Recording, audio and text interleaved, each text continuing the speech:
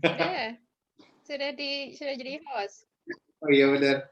Oke, Pak Agung, kira-kira anas akuntansi gimana Pak Agung?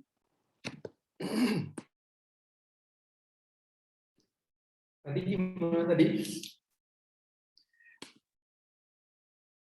Gimana? Apakah dipakai nggak anas akuntansi? Kalau untuk ALKN untuk CFA? Atau kita modif aja, Gung? Kita modif untuk nanti red flag aja gitu, Gung. Teman-teman sanggup nggak? Iya benar.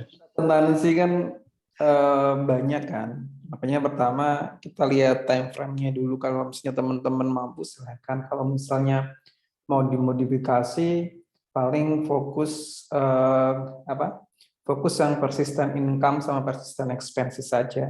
Yang lainnya nggak usah. Jadi kalau misalnya other income atau kemudian yang munculnya hanya sekali waktu itu bisa dihilangin.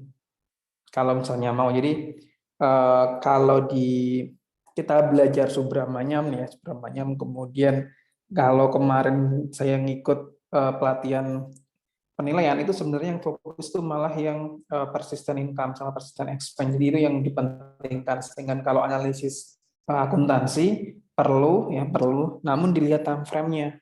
Kalau time frame-nya panjang boleh, tapi kalau misalnya time frame-nya dikit, ya jangan dipakai. Artinya fokus saja yang persistent income atau going concern-nya income ya. Kemudian yang kedua itu cek saja pada setiap, kalau Bukalapak kan laporan keuangannya kan belum ada itu, paling kan baru kuartal berapa? Dua kuartal aja kalau nggak salah ya. Itu artinya nanti kalau dalam 1 tahun yang sama sih nggak ada perbedaan kebijakan akuntansi, jadi nggak ada masalah sih menurutku. Kecuali kalau kita sudah 5 tahun itu baru kita cek kebijakan akuntansi ada perbedaan atau tidak. Itu kalau dari saya ya, time frame-nya. Kemudian kalau misalnya mau analisis, paling fokus yang menghilangkan yang incidental income maupun incidental expense. Kalau misalnya nggak ada perbedaan kebijakan antar laporan, lanjut aja pakai laporan keuangan yang ada. Oh, oke. Noted. Oke, berarti fokus kita ke laporan keuangan yang ada aja berarti ya? Iya. Oke deh, sip. Yang bukan lapa itu udah ada auditnya belum ya? Yang paling terakhir audited berarti pada saat dia mengajukan IPO. Iya, itu doang sih yang auditednya. Yang saya tahu kayak yang pas Q2 aja. Ya udah. Mm-mm. Q2 ya. Ini baru Q3-nya udah belum ya? Belum Q3-nya. Q3-nya belum. Ya udah pakai Q2 satu aja udah selesai. Masih Susah. Q2 cuy. Q2 belum setengah tahun.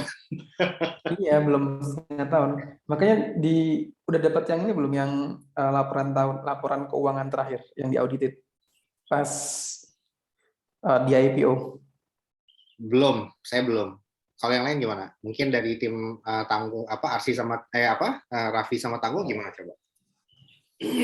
Data yang udah kalian dapatkan apa aja?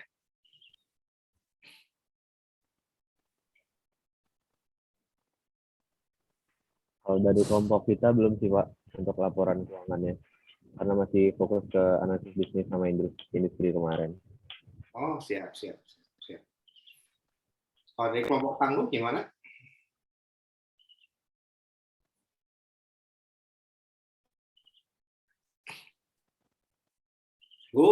Mana si Tangguh? Erika udah ngapain aja sama Pistan?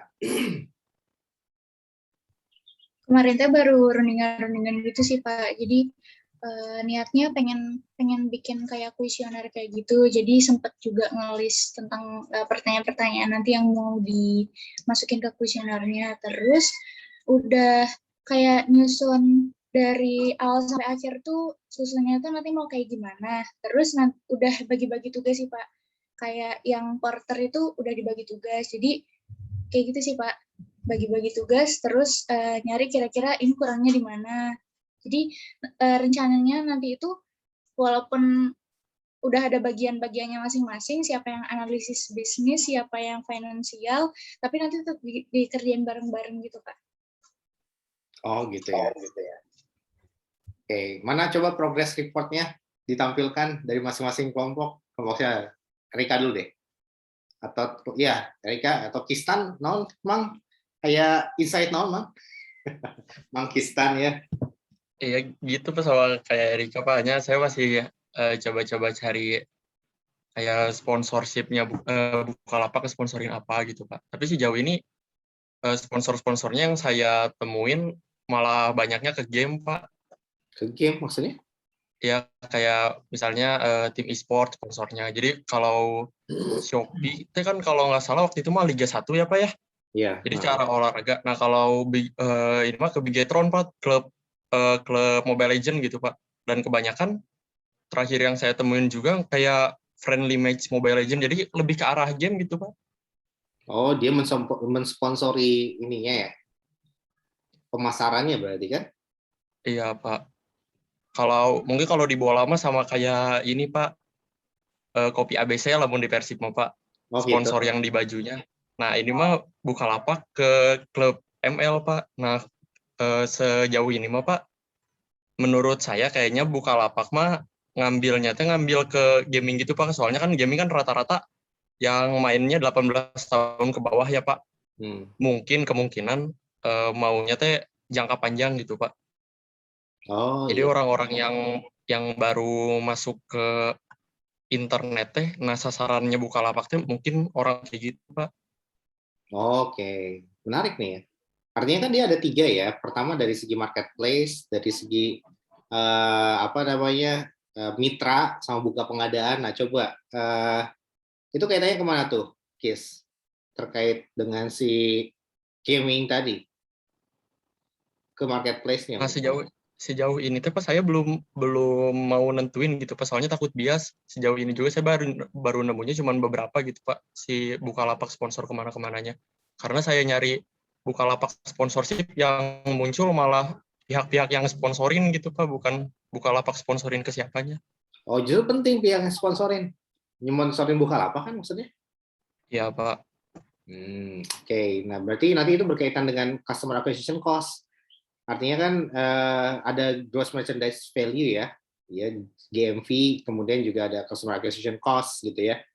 Nah, customer acquisition cost ini berkaitan dengan yang tadi tuh, dengan duit untuk membakar promosi gitu kayak gratis ongkir dan sebagainya. Nah, itu gimana tuh? Tentu butuh modal kan? Modalnya mungkin dari situ tuh, dari si sponsorship yang pihak yang mensponsori si Buka ya. Tapi kalau terkait dia dengan gaming tadi itu kayaknya lebih ke arah dia bagaimana teknik pemasaran gitu ya. Teknik pemasaran agar 18 tahun ke bawah itu kan yang paling demen game tuh ya. Nah, berarti mungkin dia ada maybe ya saya belum pernah sih. Gaming itu mungkin gadget-gadgetnya mungkin ya. Atau mungkin ya kayak konsolnya, terus mungkin kayak kursi-kursinya ya mungkin kayak gitu-gitu. Nah, itu untuk iklan ya berarti ya, untuk berkaitan dengan marketplace berarti ya. Bagaimana mengiklankan si marketplace-nya. Gitu sih. Erika pakai kuesioner buat apa Erika?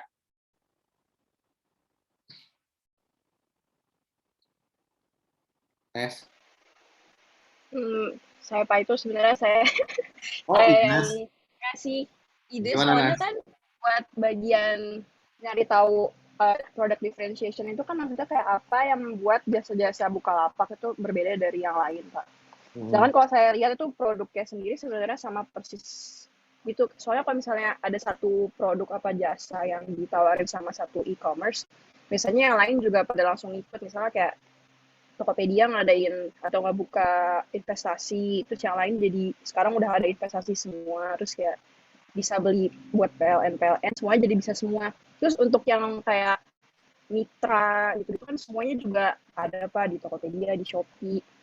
Jadi kayak buat nyari tahu sebenarnya yang ngebedain pengguna Bukalapak yang mungkin udah lama gitu, yang bikin mereka stay di Bukalapak dan bukan yang lain tuh apa. Sedangkan kalau misalnya kami yang pura-pura doang jadi buyer atau seller, itu menurut saya kayak kurang mewakilkan. Soalnya kayak dari kita sendiri tuh nggak ada yang, kami sendiri nggak ada yang benar-benar pakai Bukalapak. Malah kayak baru download aplikasinya gitu, Pak. Jadi Kok kayak sama kami kita, mikirnya Nas?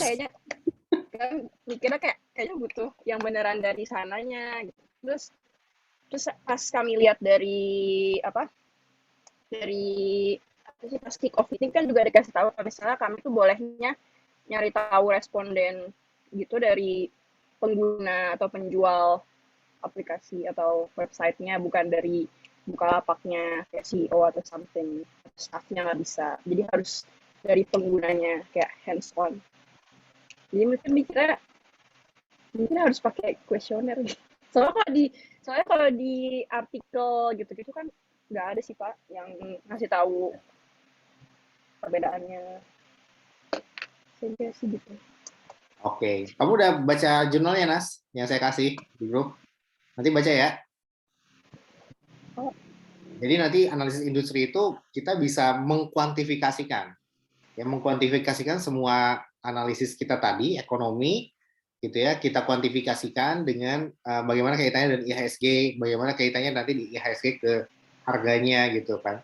Nah dari situ kita nanti dapat concernnya apa aja, gitu ya. Jadi ternyata dari beberapa indikator analisis ekonomi yang ada gitu ya, itu ternyata lebih cenderung kalau Bukalapak ini akan terdampak apabila misalkan inflasi naik. Ya, kalau inflasi kan harga produk naik ya. Harga produk naik berarti kan yang ada di Bukalapak itu jadi naik tuh si merchant-merchantnya kan.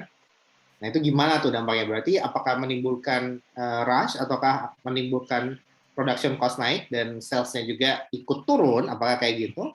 Nah itu yang harus kita lihat dari segi analisis ekonomi. Nah makanya saya kasih filenya yang data apa namanya? File Excel-nya ya. Jadi nanti diisi terus nanti dilihat trennya ya. Jadi intinya adalah kalau analis ekonomi itu untuk melihat tren yang akan datang dengan menggunakan data masa lalu. Nah, maksudnya adalah jadi ketika kita melihat apa namanya, let's say seperti ini ya, let's say seperti ini, mana ya? Nah, let's say adalah mana ya? Oh, nggak ada. Nah, ini dia ya. Nah, di sini kan kita mengisi nanti ya inflation rate dan sebagainya gitu. Nah, nanti kita bisa menggambarkan trennya gitu. Tren misalkan selama 3 bulan terakhir seperti apa. Nanti kita akan melihat forecasting ke depannya kayak gimana berdasarkan economic outlook ya dari data-data apa namanya ya kayak seminar dan sebagainya tentang economic outlook kita di yang akan datang gitu ya. Nah, ini juga sama GDP, exchange rate, BI rate, IHSG gitu ya. Nah, nanti kita akan melihat ternyata dari indikator ekonomi ini kan ini cuma 1, 2, 3, 4 yang menurut saya mirip ya. Yang menurut saya ini relevan dan bukan apa. Nah, bagaimana nanti masing-masing ini berpengaruh terhadap si IHSG. Nah, beberapa literatur mengatakan bahwasanya itu sangat berkaitan erat gitu ya, bahwa ketika ekonomi lebih ke arah yang positif, artinya inflasi turun atau terjaga ya di maintain, GDP-nya naik ya, ini inflasi, kemudian GDP-nya naik gitu ya. GDP-nya naik gitu ya. Kemudian exchange rate-nya juga relatif stabil gitu. Nah, kemudian BI rate juga relatif mungkin slightly turun gitu ya kalau yang sekarang ini. Nah, maka dari sini semua sebetulnya ini menunjukkan bahwa ekonomi sudah bergerak ke arah yang positif. Nah, kalau ekonomi sudah bergerak ke arah yang positif, maka ini cyclical. Cyclicalnya itu adalah bahwa ketika kita mengalami resesi, ini tandanya kita sedang berada di tingkat yang ini nih. Nah, di tingkat untuk ekonomi yang sedang recover. Nah, ketika ekonomi sudah akan merecover, artinya IHSG pun akan beriringan dengan hal itu. Buktinya sekarang, kalau kita lihat grafik di chart analisisnya, IHSG itu udah mulai naik ke atas gitu ya. Udah mulai harga saham-saham itu bergerak positif gitu. Nah, seperti itu artinya apa? Artinya ini semua relatable gitu. Ini semua berkaitan, ekonomi naik, IHSG naik. Nah, kira-kira setahun ke depan kemungkinan Bukalapak juga akan ikutan gitu. Nah, dari semua market outlook dan economic outlook yang positif ini, apa yang kira-kira bisa kita tarik ke Bukalapak gitu ya? Apa yang kira-kira bisa apa namanya menimbulkan dampak yang seperti apa ke Bukalapak gitu ya? Nah, ini saya udah bikin sedikit rangkuman ya dari berbagai macam Pak Hans Kui dan sebagainya gitu ya. Terus juga dari beberapa jurnal. Nah ini coba saya bagikan ya. Jadi reasoningnya itu kalau ekonomi naik sinyal positif, meningkatnya PDB positif terhadap daya beli konsumen. Ya, nah daya beli konsumen ini kan indikator bahwa nanti yang akan dagang di Bukalapak pun akan semakin hidup gitu ya. Transaksi akan semakin banyak. Nah seperti itu. Nah kita harus bisa memprediksi dari pertumbuhan ekonomi ini gitu ya, yang ditandai dan PDB yang naik, kira-kira ya omsetnya Bukalapak akan naik yang mana? Apakah marketplace akan ikut naik atau tidak gitu? Karena kan kemarin dilihat dari jumlah kliknya yang mendownload aplikasi, Shopee itu udah ke atas, yang ya, Shopee sama Tokped ya. Bukalapak malah semakin nyungsep ke bawah. Nah ini ada nggak upaya artinya apa? Artinya momentum ini kalau dalam bahasa technical analisis itu ini adalah momentum ya. Jadi ada dua, ada melihat tren, ada yang melihat momentum. Nah trennya itu dilihat dari yang tadi, trennya itu bergerak ke arah yang naik, semua indikator naik, IHSG naik. Ini tandanya trennya akan mulai uptrend gitu ya. Nah tapi prediksi itu dorongan uptrend ini disambut baiknya oleh pasar gitu ya. Nah, ketika disambut baik oleh pasar yang ditandai dengan IHSG mulai bergerak naik, itulah momentum. Artinya apa? Semua fundamental ekonomi mendukung momentumnya ada. Mau bisa nggak nih Bukalapak memanfaatkan momentum yang ada ini untuk memboost ya marketplace-nya dia, gitu ya. Untuk memboosting marketplace-nya dia. Artinya apa? Momentum udah bergerak ke atas nih. Daya beli udah mulai naik nih. Masyarakat udah mulai kebal gitu ya terhadap COVID karena udah divaksin dan sebagainya gitu ya. Angka COVID juga udah semakin menurun. Nah, Dan, ini momentum semua untuk bangkit. Bisa nggak tuh Bukalapak memanfaatkan momentum itu? Nah, makanya dilihat dari indikasi pasar udah bergerak naik, tapi Bukalapak sendiri jumlah kliknya sampai sejauh ini malah nyungsep gitu ya, trennya malah nurun gitu. Nah ini gimana nih sebetulnya nih, strategi apa yang si Ahmad Zaki tawarkan agar dia keluar dari jebakan, agar dia bisa naik ke atas marketplace-nya. Karena ini kan jumlah klik ya. Ketika jumlah klik maka ada 3 segmen yang di revenue Bukalapak, marketplace. Yang kedua adalah mitra, yang ketiga adalah pengadaan ya. Bisa nggak nih ini strategi apa yang ditawarkan oleh Ahmad Zaki agar si Bukalapak itu bisa keluar dari jebakan turun? Ya, seperti itu. Nah, ini nanti mungkin kita akan lihat di tanggal 23 nanti, kita lihat strategi apa yang digunakan. Kalau hanya mitra saja, tadi kata Inas tuh, mitra, Shopee ada mitra, Tokped ada mitra, Bukalapak juga ada mitra, apa bedanya gitu kan. Nah, artinya dia head to head juga, belum lagi Ula dari Jeff Bezos udah mulai masuk gitu ya. Nah, jadi Ula juga kan menyasarnya adalah UMKM. Nah, apakah ini bisa sejalan atau tidak gitu? Dia harus membuat suatu terobosan yang visioner agar apa? Agar marketplace-nya bisa bergerak naik, mitranya juga bisa terdukung environment-nya. Karena kan Shopee ada, Tokped ada. Jangan-jangan yang mitranya juga dibabat juga sama mereka berdua ya, sama Tokped sama Shopee ya. Nah kalau kayak gitu berarti bisnisnya bisa hancur gitu ya. Nah gitu sih menurut saya. Coba menurut timnya Raffi gimana? Atau siapa coba? Kita diskusi dulu deh. Apa insight yang kalian ada laporan keuangan audit dari 2018 prospektus? Itu prospektif itu prospektif lengkapnya bisa dibaca. Oh iya, ini ada di About Buka ya.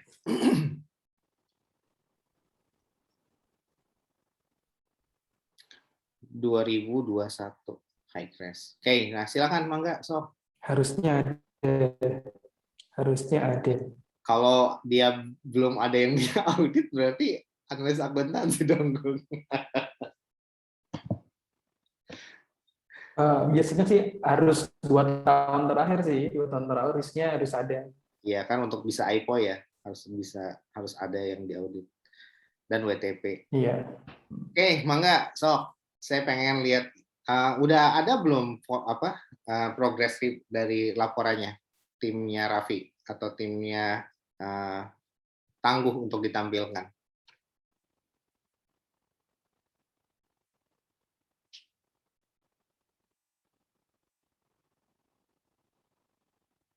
Sok Mangga, siapa dulu? Terus saya tanya dulu deh, Muna gimana Muna? Sama Arsy. Gimana itu? Apa ya insight yang sudah kalian dapatkan? Muna dapatkan? Kalau saya kemarin baru itu sih Pak, kan udah dibagi PJ-nya gitu. Terus saya tuh dapat yang analisis bisnis. Jadi kemarin masih ngedit-ngedit yang kemarin diperbaikin itu. Terus tadi bantuin KPV dikit nyari data inflasi sih Pak, baru itu kalau saya. Oh gitu. Udah dikonsepkan ke dalam tulisan belum? Oh udah Pak, kemarin. Masih, iya kemarin udah, terus diedit lagi. Sama kayaknya nanti malam mau baru lanjut itu Pak, meet yang bagian analisis industrinya. Oh gitu. Sok mangga coba ditampilkan. Oh iya ini saya udah terkait analisis bisnis itu kita bisa menggunakan generic strategisnya Porter ya. Jadi kalau saya melihatnya gini, jadi dari data kualitatif tadi gitu ya, setiap argumennya misalkan ya di jurnal yang saya kasih itu lumayan membantu bahwa kita itu dalam memahami Porter generic strategis itu penerapannya seperti apa, itu wajib dibaca. Saya setelah udah baca 7 itu jadi oh ya ini ternyata memang pantas aja saya kayak agak ngawang-ngawang karena memang semua peneliti bilang bahwa Porter itu susah untuk diterapkan kecuali untuk orang yang sudah memiliki pengalaman. Ya, pengalaman berapa puluh tahun sebagai manajer baru dia bisa menggunakan Porter itu dengan tajam. Tapi kayak newbie manager itu nggak akan bisa menggunakan Porter itu dengan baik gitu. Nah, jadi ada beberapa kelemahan. Nah, tapi dengan paper itu ditampilkan bagaimana cara mengaplikasikannya dan bagaimana insight ketika diaplikasikan di beberapa perusahaan besar gitu ya. Dan ada contohnya tuh. Jadi nanti kita tahu, oh ternyata yang dimaksud dengan product differentiation itu ada beberapa parameter gitu ya. Nah, coba Muna, mungkin bisa ditampilkan nggak yang kamu ini kan? Kok mau saya? Silakan coba. Ini berarti yang analisis bisnis dulu atau yang analisis industri Pak? Bisnis Apapun dulu, lah yang bisa ditampilkan. Bisnis dulu deh, nanti kita pengen lihat. Habis ini siapa ya? Habis ini, iya saya sebetulnya pengen nawarin sih, tapi gimana ya? Ntar deh. Nanti punya ide sih sebetulnya ya. Jadi sebetulnya pengen pakai menggunakan korelasi untuk melihat, membantu kita aja. Kira-kira yang jadi fokus untuk dituangkan di report tuh indikator makro yang mana gitu. Nah, yang digunakan adalah yang tentunya berkorelasi positif dan memang dia signifikan gitu. Nah, gitu sih. Sebetulnya ada tools yang pengen saya ajarin. Cuma nanti tergantung kalau kalian mau pakai tools tersebut. Jadi semuanya bisa dari mulai ekonomi, industri, bisnis, semua bisa dikuantifikasikan dan semua nanti bisa dikorelasikan dengan harga saham. Ya, dari situ nanti kita bisa tahu oh ternyata bisa membuat kita lebih mudah dalam memaking sense the data. Ya, coba Muna dulu deh. Gimana Mun? Maksudnya apa nih? Apa nih Pak? Ini masih lanjutan yang kemarin sih Pak. Ini ada service recommendation. Ini yang bisnis dulu ya Pak. Yang industrinya belum di beda file. 6 sumber terbesar dari PT Bukalapak itu terdiri dari komisi penjualan yang kemarin udah dijelasin itu ada 73%, iklan dan promosi Bukalapak, ada free logistik, komisi mitra 14%, e-warung dan buka pengadaan. Ini sumber terbesarnya Pak. Saat ini Bukalapak diklaim menguasai 40% pangsa pasar e-warung di Indonesia, itu sumbernya dari Wahyu Subianto Nextrend. Terus di sini ada company customer-nya. PT Bukalapak Tbk memiliki target pasar yakni kepada underserviced market Indonesia, masyarakat umum, mitra, dan kolega Bukalapak. Bukalapak itu mencatat kenaikan TPV 54% di semester pertama tahun 2021, yakni sebesar 56,7 triliun. Sebanyak 75% dari TPV perseroan itu selama semester 1 tersebut berasal dari luar daerah tier 1 di Indonesia, di daerah di mana penetrasi all commerce dan tren digitalisasi warung-warung kecil retail terus menunjukkan pertumbuhan yang kuat. Jadi di sini ditunjukin kalau 75% itu emang pendapatannya dari yang underserviced market itu Pak, bukan dari yang di luar daerah tier ini. Terus kalau jika dilihat dari SWOT-nya, PT Bukalapak memiliki kelebihan dibandingkan pesaingnya itu di bagian e-warung, karena ada offline-nya itu, sedang Bukalapak lebih fokus pada jasa secara offline dibandingkan online. Sehingga kelebihan Bukalapak terletak di sana. Sebaliknya, kelemahan PT Bukalapak itu terletak pada online marketplace-nya, Pak. Karena seperti yang kita ketahui, masih lebih jauh daripada Shopee dan Tokped. Karena beberapa pesaing Bukalapak memang menguasai e-marketplace dibandingkan dengan PT Bukalapak itu sendiri. Oke, Terus ini pertama saya pengen tanya, nanti tanggapan juga dari teman-teman yang lain ya. Abseng masih belum jelas, yang dinamakan buka mitra itu apa sih? Dengan e-warung itu apa kaitannya tuh? Silakan yang lain nanti bisa bantu ya, mau dari Raffi atau dari Arsi atau dari Inas mungkin, atau dari yang lainnya. Tolong jelasin apa yang dimaksud dengan buka mitra, bisnisnya apa, dan e-warung itu apa kaitannya dengan buka mitra? Apa, Mun? E-warung dan buka mitra, apa kaitannya? e-warung itu yang kemarin bekerja sama dengan warung-warung offline itu ya, Pak? Bekerja sama dengan warung-warung offline gitu ya? Iya, kalau dari yang kemarin dijelasin Kak, siapa ya kemarin? Itu juga kan yang bekerja sama-sama kayak menjadi yang menjembatani antara warung-warung offline dengan supplier dan yang beli gitu, Pak. Oh, oke. Terus apa namanya? Kalau tadi kayak Shopee dan kawan-kawan itu emang Nas, saya tanya sih Nas. Katanya ada mitra juga Nas. Maksudnya apa Nas itu Nas? Berarti bikin e-warung juga kayak gini gitu. Kalau setahu saya sih pas saya buka website-nya Mitra Bukalapak itu dia kayak apa ya? Buat misalnya ada orang mau jualan gitu loh, misalnya buka warung gitu. Terus nanti maksudnya mereka kalau beli apa produk-produk yang mau dijual itu pakai Mitra Bukalapak mungkin kayak harganya jadi lebih murah karena mereka kan bakal ngejual lagi. Ya setahu saya dari buka website segitu, tapi nggak cuma barang-barang kayak misal susu atau telur gitu, tapi juga pulsa, token yang kayak gitu. Kalau misalnya ada yang mau jualan, belinya di Bukalapak terus mereka jual lagi gitu sih. Dan kalau mitra Shopee juga kayak gitu, mitra Bukalapak apa lagi? Tokopedia juga kayak gitu. Benar. Oke, kamu baca dari mana Nas? Dari Saya buka situsnya terus katanya kayak apa ya? Tulisannya sih apa sih? Dari situsnya sendiri Pak. Bukan situsnya terus. Kayak misalnya mana ya?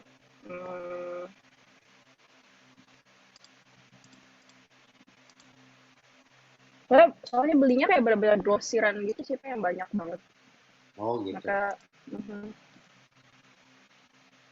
nih, misalnya saya lagi bukan yang beli pulsa, jadi kayak buat mereka isi pulsa buat pelanggannya yang beli pulsa ke mereka gitu. Oke. Jadi, Oke, sip. Saya tampilkan ya. Muna, close dulu. Oke. Saya udah teleponin mulu nih. Harus dapat SPI katanya mah. Nah ini dari yang jadi gini, kita bergerak semua dari arahnya. Tadi kan kalian udah nyari-nyari bagus ya, udah nyari-nyari ke berbagai macam informasi dari mulai situs web, kemudian juga Bukalapaknya sendiri, kemudian mengakses aplikasinya. Nah itu memang harus kayak gitu ya. Jadi untuk agar bonding kita dan Bukalapak itu jadi semakin erat dan kita jadi tahu kita sedang menganalisis perusahaan yang semodel apa gitu ya.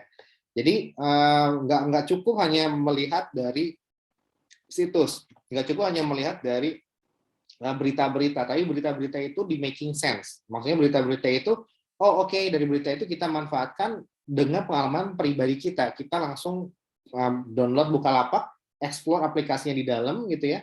Terus kemudian kita coba petakan gitu ya. Kalau kayak gini tuh sebetulnya bisnisnya dari mana gitu ya. Nah dari situ semua masih kayak puzzle yang belum masih belum matang gitu. Kenapa? Karena memang untuk memahami bisnis itu kita perlu pelan-pelan gitu ya, perlu pelan-pelan. Nah, apalagi ini marketplace yang memang abstrak banget gitu ya, dan memang ini lagi happening banget gitu ya. Jadi memahami konsep bisnis ini yang memang penting. Bagaimana caranya? Dengan baca berita, dengan baca jurnal, dengan baca jurnal yang kira-kira berkaitan apa sih yang dimaksud dengan GMV, ya, gross merchandise value dan sebagainya.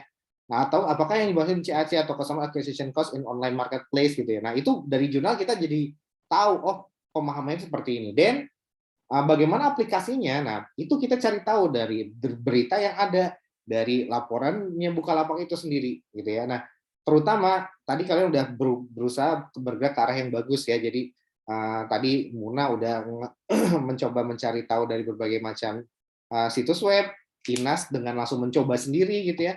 Nah, nanti pengalaman ini kalian satukan, gitu ya. Jadi apa yang Inas belum lakukan, ya coba dilakukan, tapi sudah dilakukan oleh Muna, nah kita juga eksekusi gitu ya. Begitu juga sebaliknya ya, apa yang belum dilakukan oleh timnya Muna, ya tapi Inas sudah lakukan, ya nggak ada salahnya kita melakukan hal yang sama. Yang pasti kita untuk mendapatkan complete understanding about the business. Nah tadi Inas sudah bagus, Nas, bagus, kamu udah langsung mengeksplor ke dalam, mencoba sendiri aplikasinya. Memang harus kayak gitu ya. Nah, dari sini coba kita mencoba refining lagi gitu ya. Nggak apa-apa, emang ini tahap awalnya memang perlu lama karena pemahaman itu penting, dan dari sini itu mengarah ke semuanya. Terkait dengan resiko, terkait dengan ESG, ini dari sini semua. Dari pemahaman konsep bisnis, industri, dan ekonomi gitu ya. Dan bagaimana memaking the relationship between each other. Nah, kalau itu semua udah kita fix, udah ngerti, udah oke, dan kita bisa ke next step gitu ya. Forget it about the accounting analysis because we are not going to use it gitu. Tapi tetap pemahaman akuntansi itu penting. Kenapa? Untuk memahami konteks laporan keuangan ya. Nah, sekarang kita semua plototin hal yang sama yang udah Pak Agung iniin ya, kasih. Nah, ini semua kembali ke prospektusnya juga ya. Jadi ke arah Bukalapaknya ini. Jadi ada di di situsnya Bukalapak ya. About bukalapak.com. Nah, kamu bisa lihat di Investor Relations. Untuk ESG kamu bisa lihat di sini, ESG Pillar, Sustainability Program. Baca aja ini semua ya. Jadi nanti kedepannya itu kedua tim ini betul-betul membaca semua informasi yang ada di situsnya Bukalapak ya. Nah, di sini ada banyak nih, prospektus ada, terus prospektus ringkas juga ada. Yang tadi kamu itu yang mana, Gung? Laporan keuangan kali ya, Gung ya? Prospektus, Gung. Mungkin ini kali.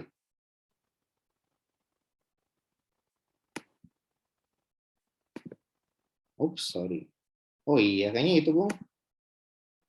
Nah, dari sini kalian bisa,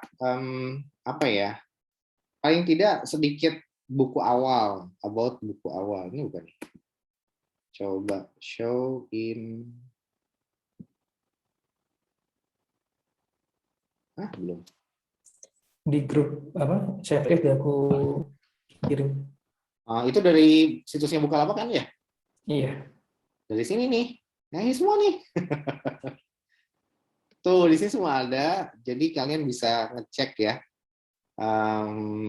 Ya, kurang lebih seperti itu ya.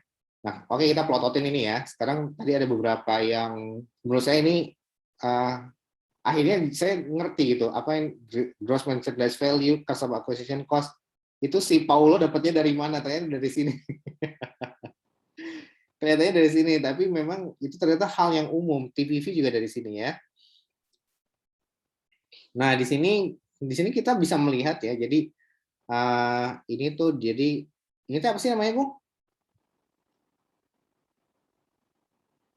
Ya pokoknya bisa dilihat sih. Kalau tidak salah di daftar isinya ada semacam prospektus ya. Dan ini prospektus lengkapnya. Jadi ketika kita mau IPO ya ini semua yang syarat-syaratnya adalah 3 tahun harus WTP kalau tidak salah ya. Nah, dan di sini ada hasil laporan keuangan yang sudah diaudit selama 3 tahun terakhir oleh EY. Jadi ya lumayan sih, bagus sih menurut saya ya. Meskipun ini belum muncul di Bursa Efeknya, situs Bursa Efek, tapi ini bisa diakses di mana? Di situsnya Bukalapak ya. Nah, kalau kita pengen lihat di sini sebetulnya lebih lengkap daripada CLK ya. Jadi kalau kita mau memahami pendapatannya Bukalapak, kita bisa buka bab ini ya. Nah, di sini ada TPV, Total Processing Value. Pembelian terbayar difasilitasi oleh platform perseroan, produk fisik dan virtual. TPV, nah jumlah nilai produk dan biaya tambahan ya dihitung sebagai jumlah nilai produk dan biaya tambahan. Perseroan memandang TPV sebagai metrik operasi yang mewakili kondisi bisnis perseroan dibanding nilai barang dagangan kotor. Nah, ternyata dia tidak menggunakan yang dia lebih menggunakan TPV bukan GMV ya. Kemarin kan si Paulo bilangnya GMV ya. Nah, ternyata si perusahaan sendiri tidak lebih mempertimbangkan TPV ya daripada GMV untuk sebagai indikator kinerja operasional perusahaan atau si Bukalapak itu sendiri ya.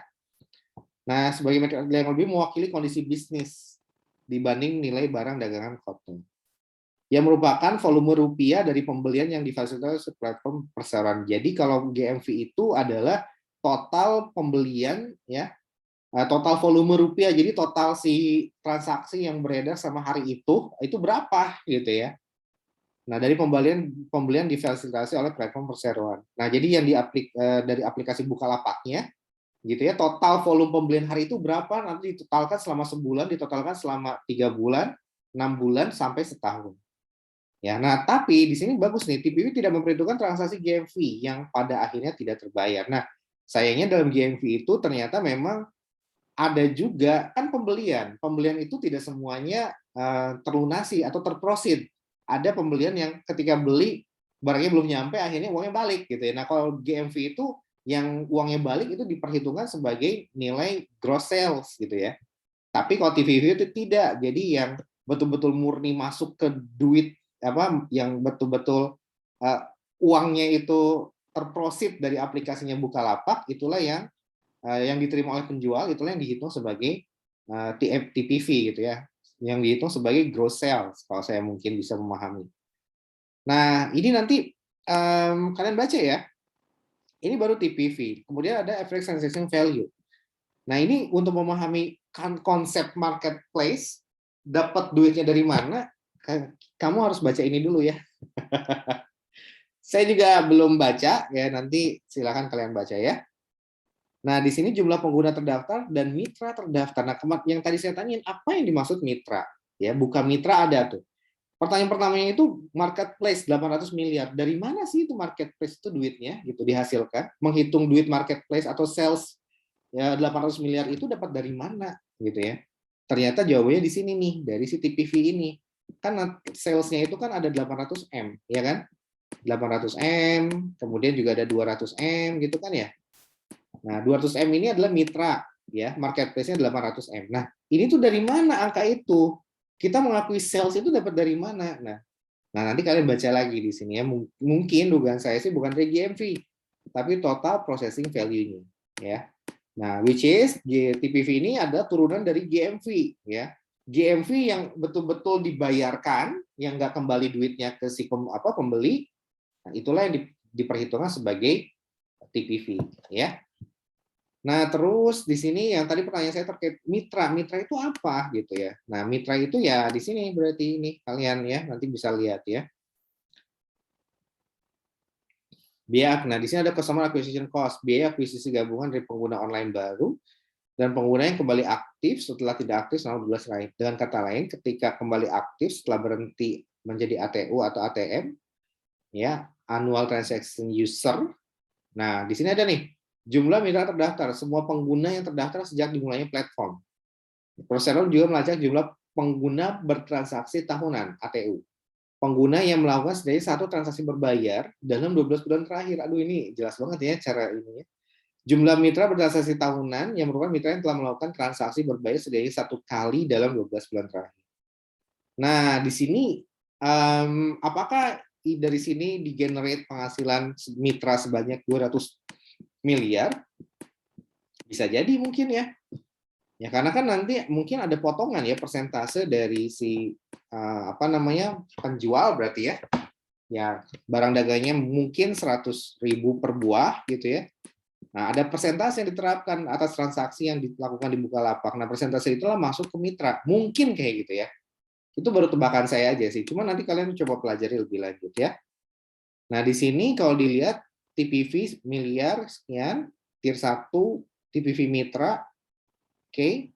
Oh, dibedakan ada ATV mitra dan ada ATV marketplace. Nah, dan kawan-kawan. Nanti silakan kalian baca ya di sini ya. Jadi yang ini wajib dibaca ya, paling tidak skip-skip aja lah. Mungkin tidak 600-600-nya juga, cuman paling tidak nanti dari sini kalian bisa bikin codingnya ya, Nas. Atau bikin di stabilo-stabiloin yang kira-kira ini berkaitan dengan GMV dan sebagainya. Nah, di sini ada nih pergerakan marketplace. Nah, pendapatan mitra diperoleh dari komisi ini nggak ada di CLK ya. Ini semua nggak ada di CLK nih, saya udah cek. Ini adanya di sini nih. Thank you Pak Agung nih udah nge-share. Komisi penjualan produk fisik oleh pedagang atau prinsipal FMCG ke mitra di platform Mitra Bukalapak. Nah, ini berarti pendapatan mitra itu khusus di platformnya Mitra Bukalapak. Apa bedanya dengan marketplace? Nah, saya nggak tahu nih. Nanti kalian harus coba-coba download sendiri ya. Mitra Bukalapak itu mungkin aplikasi tersendiri mungkin ya. Saya kurang tahu. Apakah nanti ini bagian dari iWarung? Nah, nanti kalian download juga iWarung itu kayak gimana gitu. Kemudian ada kemudian. Nah, kemudian atas komisi penjualan produk virtual oleh mitra kepada pelanggan mereka. Selain itu pendapatan mitra diperoleh dari penyediaan layanan logistik ke mitra. Ya, jadi seperti itu. Oh, jadi ini benar seperti eWarung ya. Jadi kan dia mensuplai dari berbagai macam brand, kemudian dikasih ke si warungnya gitu ya. Nah, ada semacam penyediaan logistik itu yang nanti ada komisinya yang ditarik oleh si Bukalapak. Nah, kalian perhatikan juga untuk marketplace saingannya Shopee ya. Untuk yang ini ada nggak saingannya? Kalau nggak salah kemarin Ula ya. Ula ini nanti Amazon ya. Apakah Shopee juga ada yang pendapat mitra Bukalapak ini platform yang mirip seperti mitra Bukalapak ini, ataukah memang mitra yang Inas maksud tadi itu mitra yang merchant gitu ya? Nah, silakan. BPI, nah ini buka pengadaan ya. Oh, ini untuk produk mitra perseroan. Untuk perlengkapan kantor ya. Terdiri dari biaya barang dan margin perseroan atas barang fisik dari penjual di marketplace dan produk virtual dari mitra perseroan. Di segmen BPI dari organisasi perseroan menanggung resiko kepemilikan barang. Oh, berarti barangnya dia beli dulu ya. Karena pendapatan didasarkan pada harga jual. Di segmen marketplace dan mitra, perseroan hanya berfungsi sebagai pasar dan perantara. Nah, berarti nggak nyimpen barang nih ya. Sehingga komisi diakui sebagai pendapatan perseroan. Nah, oke, berarti konsep untuk marketplace sama mitra ini mirip ya. Dia sebagai agency fee gitu ya, agency fee atau komisi penjualan. Tapi kalau di pendapatan buka pengadaan ini dia menyimpan barang nih ya di sini ya. Nyimpan barang berarti dia jadi capital gain ya, dari selisih antara barang yang dibeli sama barang yang dijual. Nah, oke, mungkin sedikit banyak terjawab nih. Nah, silakan kalian baca-baca lagi ya dari sini ya, super seller dan sebagainya gitu. Nah, ini semuanya ternyata enak baca di sini dibandingkan kalau kita baca dari si CLK ya, karena CLK-nya nggak jelas. Oke, ada pertanyaan mungkin kayaknya seperti itu.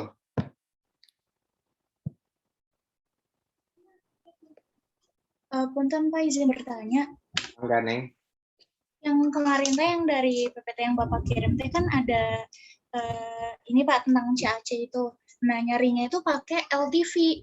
Terus kemarin teh rundingan itu bingung Pak nyari kalkulasinya tuh kayak gimana, soalnya kalau di Google itu banyak banget kalkulasinya gitu loh Pak. Nggak tahu mana yang benar gitu. Kalkulasi untuk apa tuh CAC? Iya Pak. Nah, CAC teh butuh ini Pak. Bentar, Erika bacain.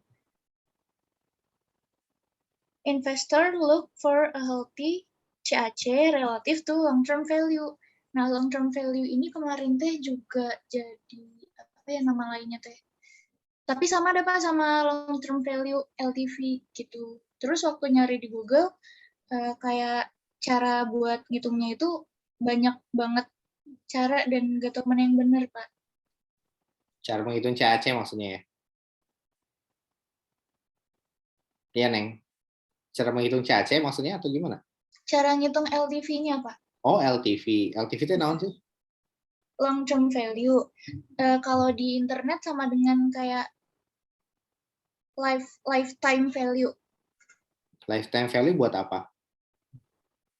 Buat ngitung CAC-nya, Pak. Buat kayak relate gitu sama CAC-nya, Pak. Kalau di sini beda sih CAC-nya. CAC itu didefinisikan sebagai biaya akuisisi gabungan dari pengguna online baru dan pengguna yang kembali aktif setelah tidak lagi aktif selama 12 bulan terakhir.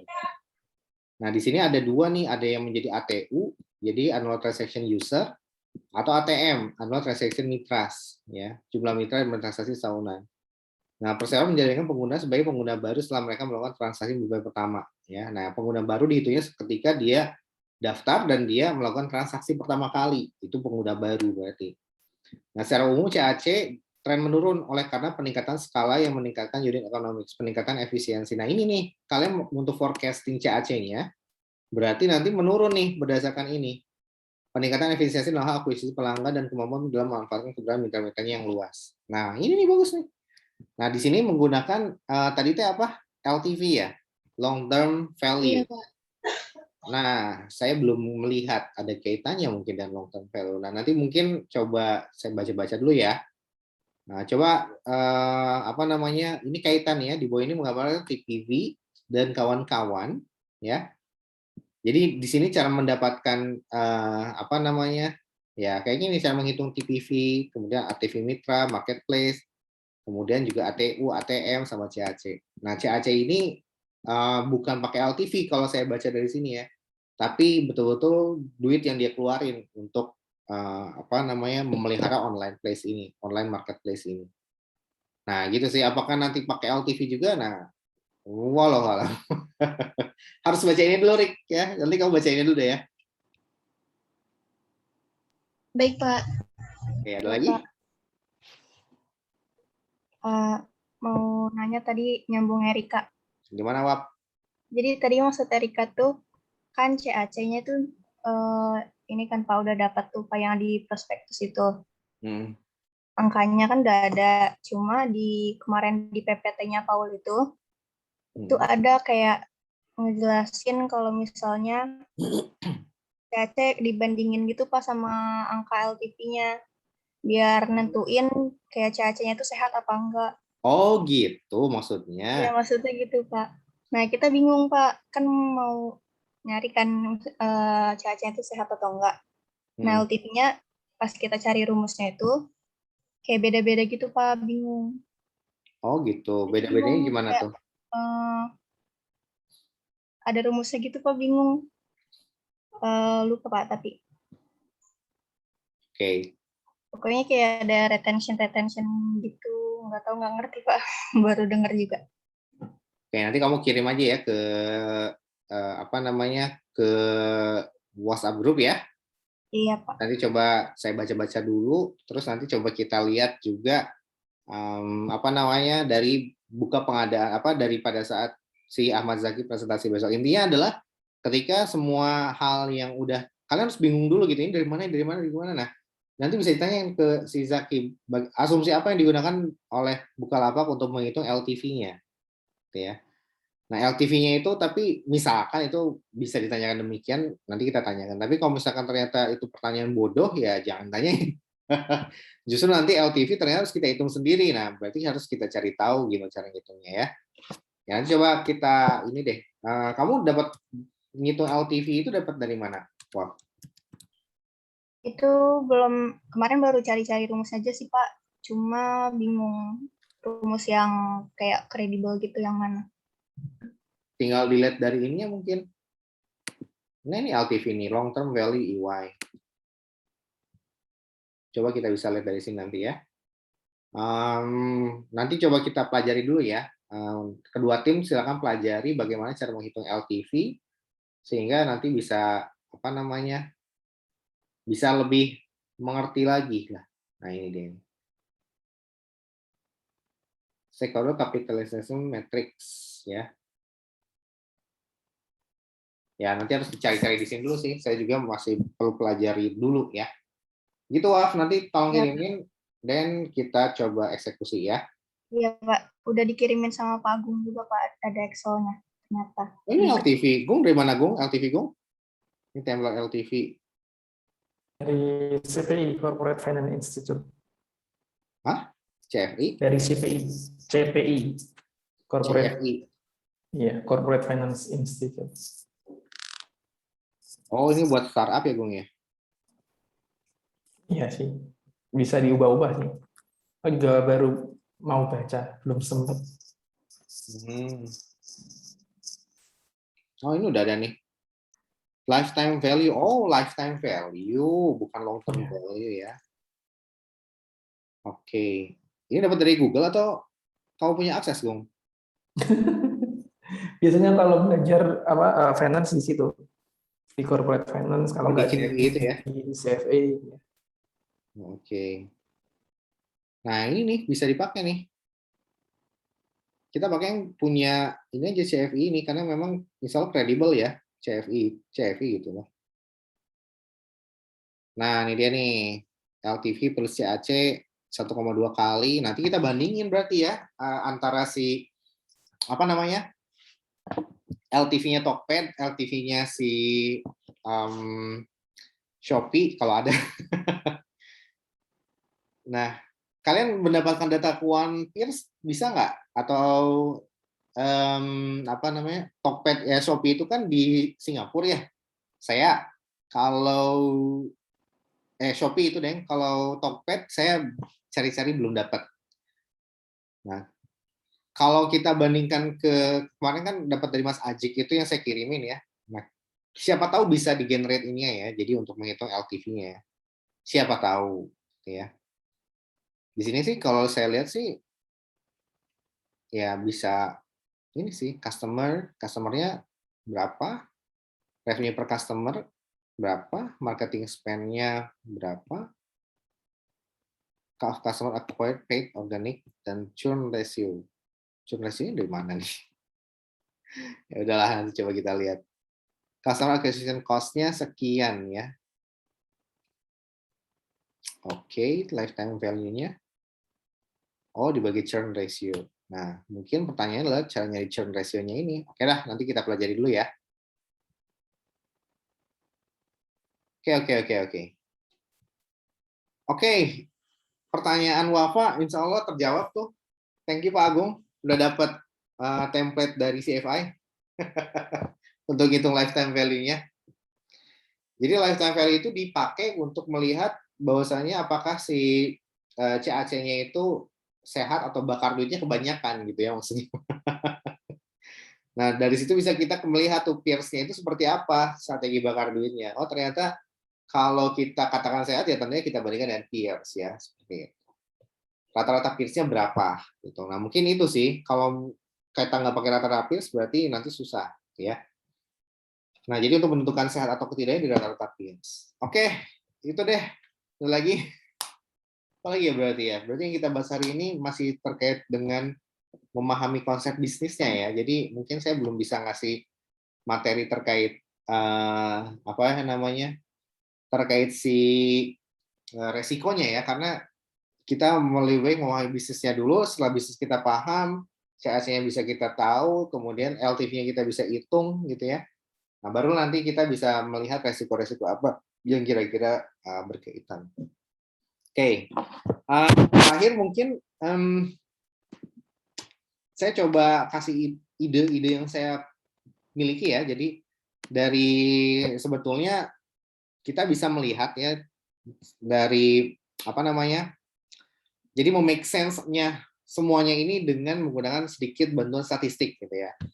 Nah, dari sini kita bisa nanti idenya itu adalah kita akan membandingkan bagaimana caranya price dari buka ini kita bandingkan dengan si inflation rate gitu ya. Apakah dia berkorelasi atau tidak ya. Nah, kemudian price dari buka kita bandingkan dengan GDP. Ada korelasinya enggak? Kemudian kita bandingkan dengan si exchange rate, ada korelasinya enggak? Dan seterusnya. Nah, nanti kita bandingkan juga price dari buka berhubungan enggak dengan si IHSG. Artinya kalau IHSG trennya naik, kemungkinan buka juga akan naik gitu ya. Nah, sebetulnya kalau dari fakta sih memang demikian. Cuman dari sini kita berbasis statistik dulu deh. Kalau statistik kan tidak bohong ya. Oh ternyata semuanya berkorelasi positif dan negatif. Nah nanti kelihatan dari sini. Nah dari situ baru kita akan bisa membuat suatu analisis yang lebih tajam gitu. Kenapa? Karena pertama kita baca yang apa namanya yang buku kas awalnya ya, buku apa sih namanya yang tadi di Share Agung itu. Nah bagian dari prospektusnya ya, bahwa ketika IPO kan itu semua harus ada ya, harus 3 tahun berturut-turut WTP dan sebagainya, semuanya harus dilampirkan.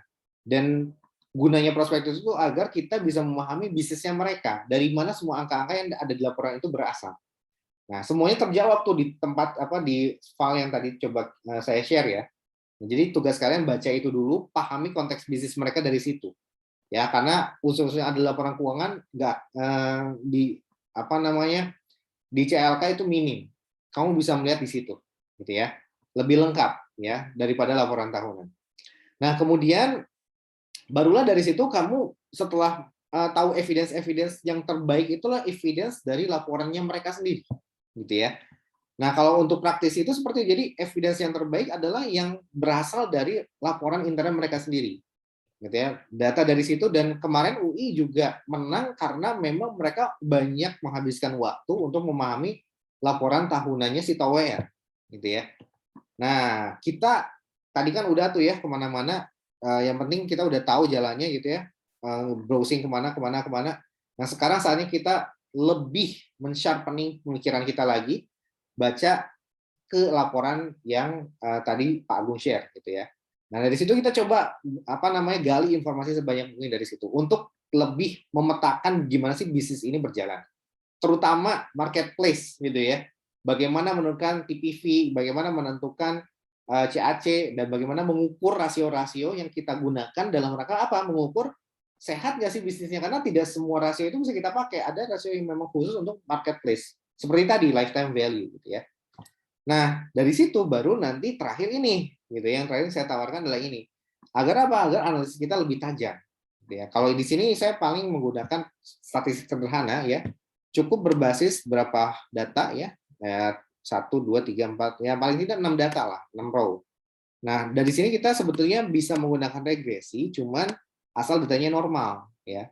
Kalau datanya tidak normal, ya regresi tidak bisa digunakan karena regresi itu berasumsi linearitas. Linear itu artinya yang dimaksud linear, distribusi dari residualnya itu normal, gitu ya, berada di garis ini. Sehingga ketika kita memprediksi ini X, nah maka Y-nya ada di posisi ini. Nah, normalitas ini menggambarkan prediksinya itu nggak meleset jauh, gitu ya.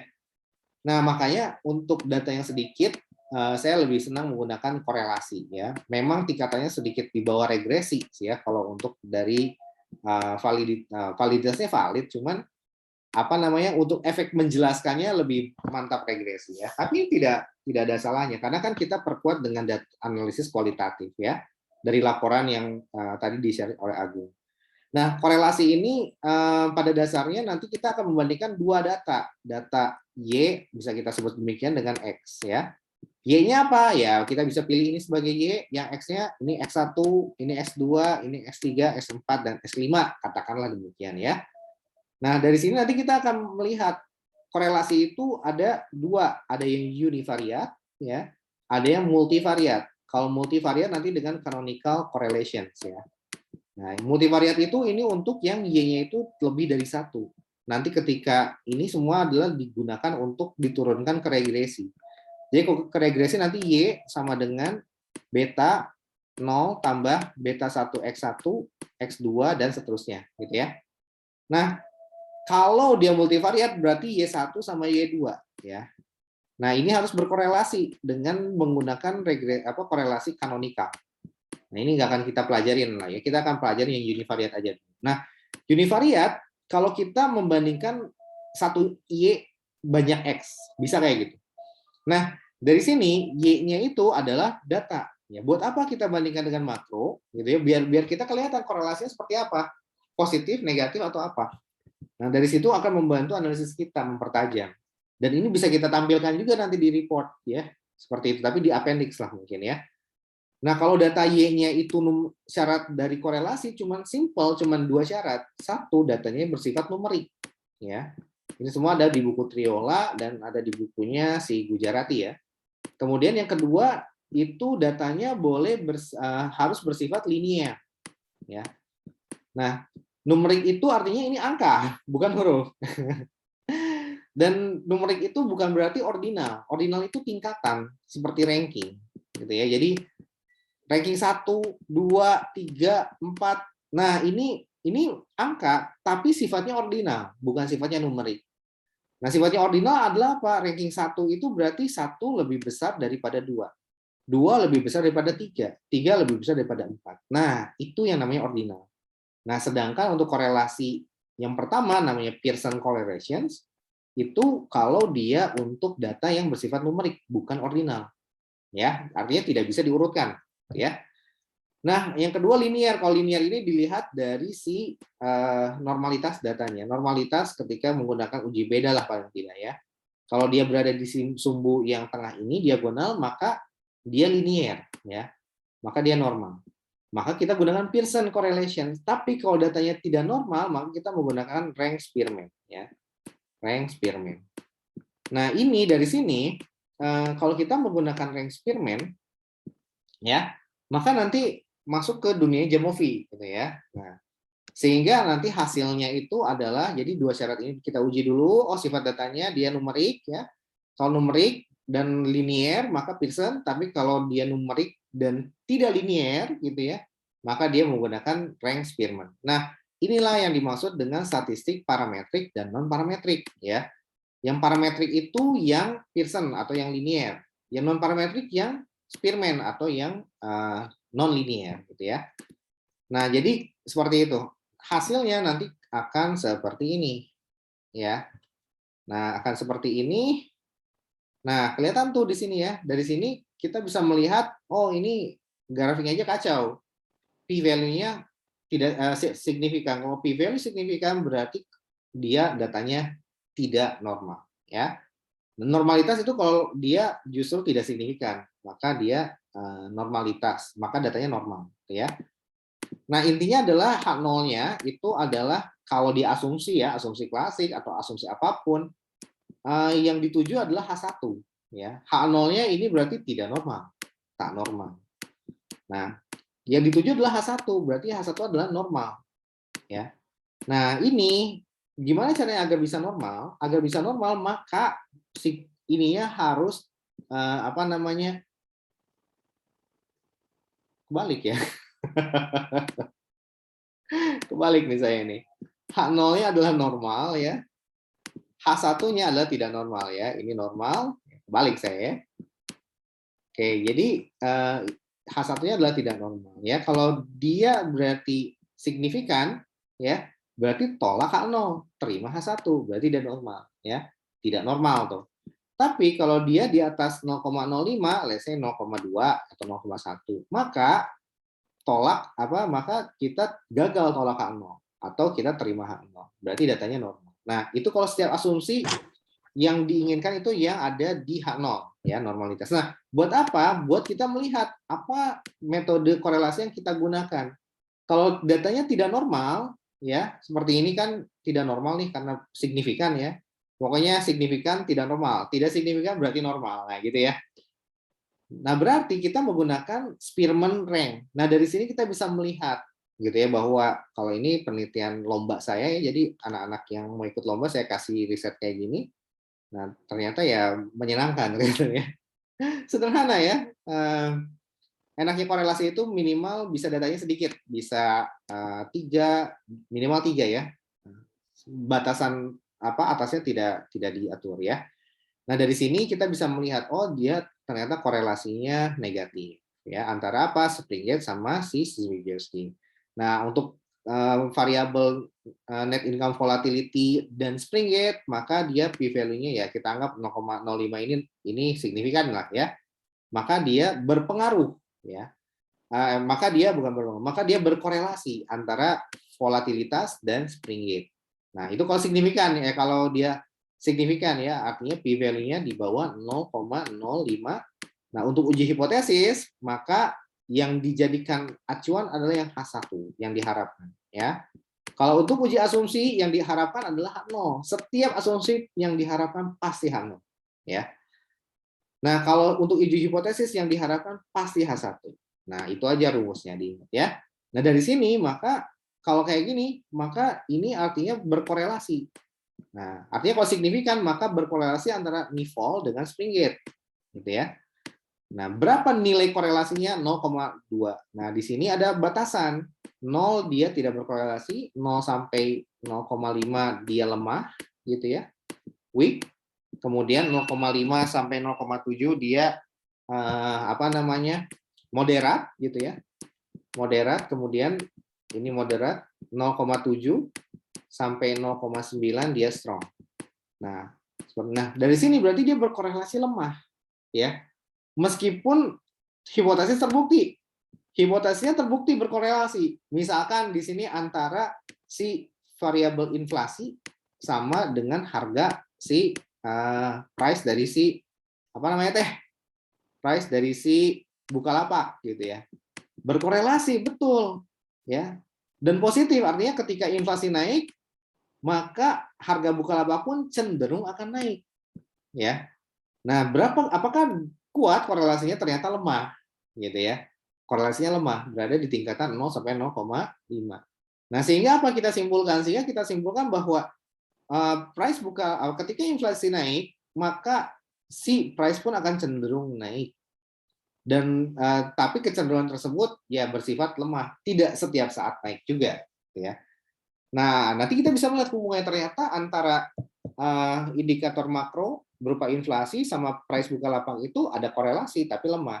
Nah, artinya ketika membangun argumen kualitatif pun harus kita kedepankan korelasinya, gitu ya. Kalau kita mau memilih inflasi. Nah, dari 5 indikator ini nanti kita bisa pilih. Artinya ini saya pakai hanya untuk melihat saja, gitu. Melihat apa? Melihat mana yang kira-kira bakal kita pakai ke dalam report, karena kan nggak semuanya bisa kita pakai, ya. Di report itu kan terbatas, paling tidak hanya di beberapa aja yang kita pakai. Nah, dari korelasi ini kita bisa memilih yang mana yang paling prioritas kita akan gunakan di report. Misalkan ini, gitu ya. Jadi yang korelasinya kuat. Nah, ini nanti akan kita explore, ya, dan kita lihat juga dan kualitatifnya. Ini kan kuanti, ya. Kualitatifnya gimana? Oh, kualitatifnya juga kaya, gitu ya. Nah, sehingga analisis kalian akan lebih tajam dalam hal ini. Nah, itu sih ide saya dengan menggunakan korelasi ini dan dengan menggunakan data, ya. Nah, seperti itu. Nah, terkait dengan Muna ya tadi ya, cara menganalisis industri, nanti gunakan ini, di sini udah ada. Ya, nanti Tangguh juga bisa pakai ya. Yang Tangguh itu kan udah ada data template-nya ya, udah Tangguh bikin di timnya Tangguh. Nah, bisa di-refine dengan ini. Ini adalah parameter untuk mengukur Porter 5 forces ya. Pertama, competitive rivalry. Nah, accessing kompetitor, apakah balance atau view? Apakah ada leader atau gimana? Tuh ada numerous leader, ya.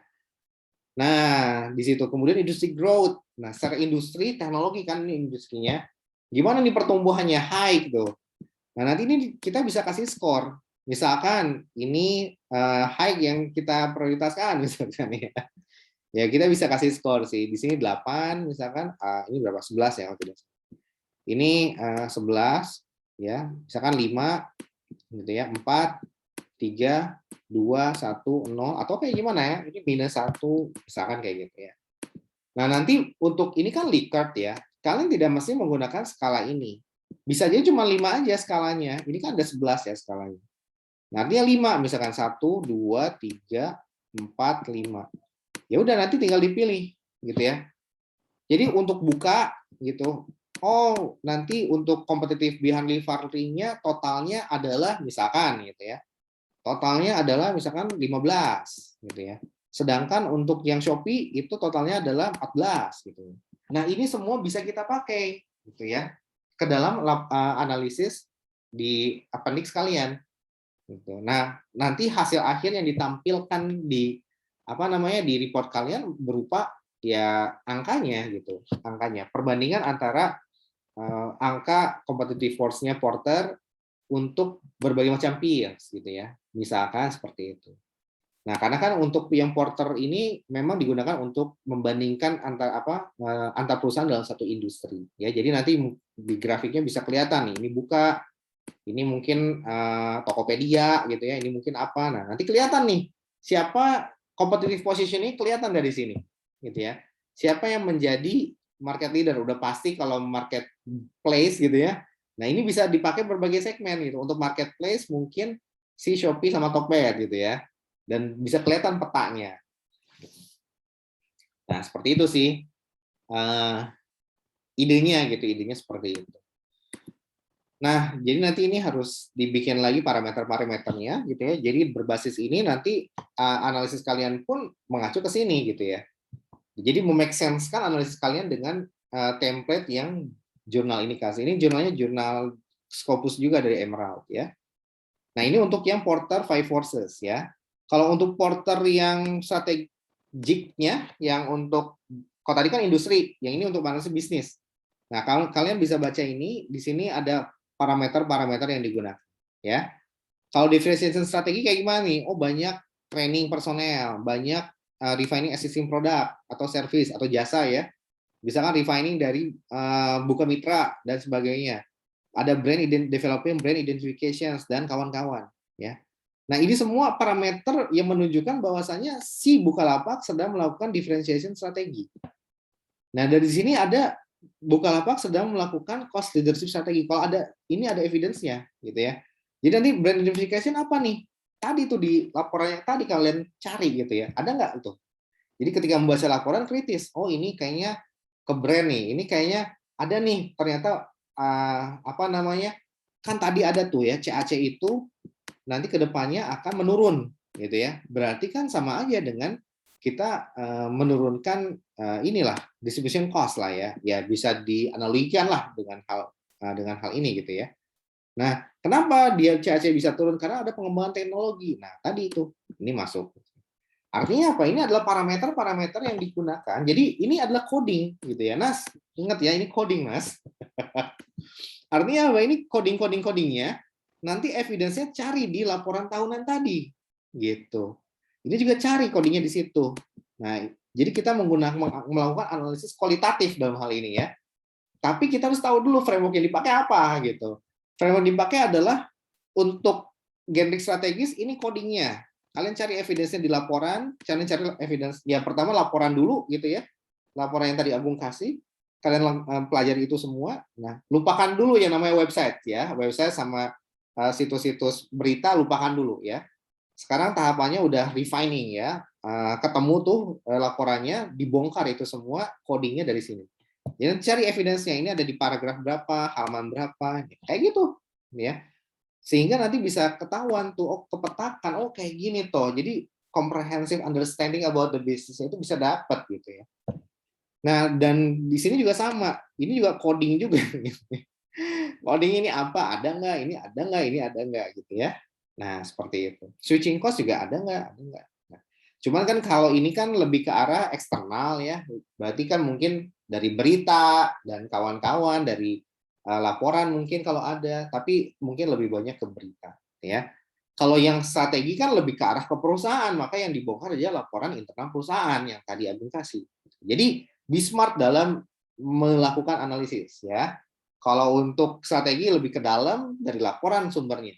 Kalau untuk industri ya lihat ya berita-berita terkait dengan industri di CNBC dan sebagainya ya. Pakai situs yang bagus, CNBC, bisnis dan kawan-kawan. Jangan lupakan situs-situs yang jelek, detik.com. Nah, jadi yang itu yang lebih diterima oleh investor ya. Jadi boleh kayak gitu. Jadi ini misalkan dari CNBC, jadi di coding ini juga. Ya. Tapi mungkin tidak semua dipakai. Nah, jadi seperti itu. Jadi ini merupakan metodologi penelitian kualitatif, codingnya udah ada, kamu tinggal cari evidence-nya aja. Be smart ya. Kalau industri berarti lebih banyak ke data perusahaan data eksternal gitu ya. Ya, berita, tapi kalau untuk ke strategi lebih ke arah data internal ya. Ekonomi yang tadi ya. Nah, semuanya ini kalau nanti udah ini semua akan masuk ke SWOT ya. kalau di kelas saya ajarkan ini nanti masuk ke kalau yang strategi and business nanti masuk ke SW, ya, strength and weakness.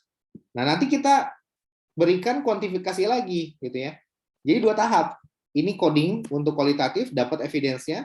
Ketika dapat kita scoring, kita kuantifikasikan. Ya, nanti kita bandingkan dengan yang lainnya, dengan peers-nya. Nanti dapatlah skornya untuk yang strategis ini berapa, yang ini berapa gitu ya. Ini buka misalkan, yang ini Tokopedia, ini Shopee. Dapat deh ya. Oh, ternyata strateginya perbandingan seperti ini. Nah, kalau misalkan yang ini juga sama. Oh, ternyata untuk 5 forces-nya Tokopedia segini, skornya Bukalapak dan kawan-kawan segini. Nah, jadi lengkap. Evidence kualitatif ada, kita scoring berdasarkan evidence tadi tentunya ya. Tapi ini kalau sempat dikuantifikasikan kalau sempat. Kalau nggak sempat ya udah gitu ya. Gunanya apa? Gunanya untuk mempercantik laporan. Nah, seperti itu. Tapi kan memang bukan berbasis opini, tapi berbasis data yang ada. Ya, ini data perusahaan dan kawan-kawan.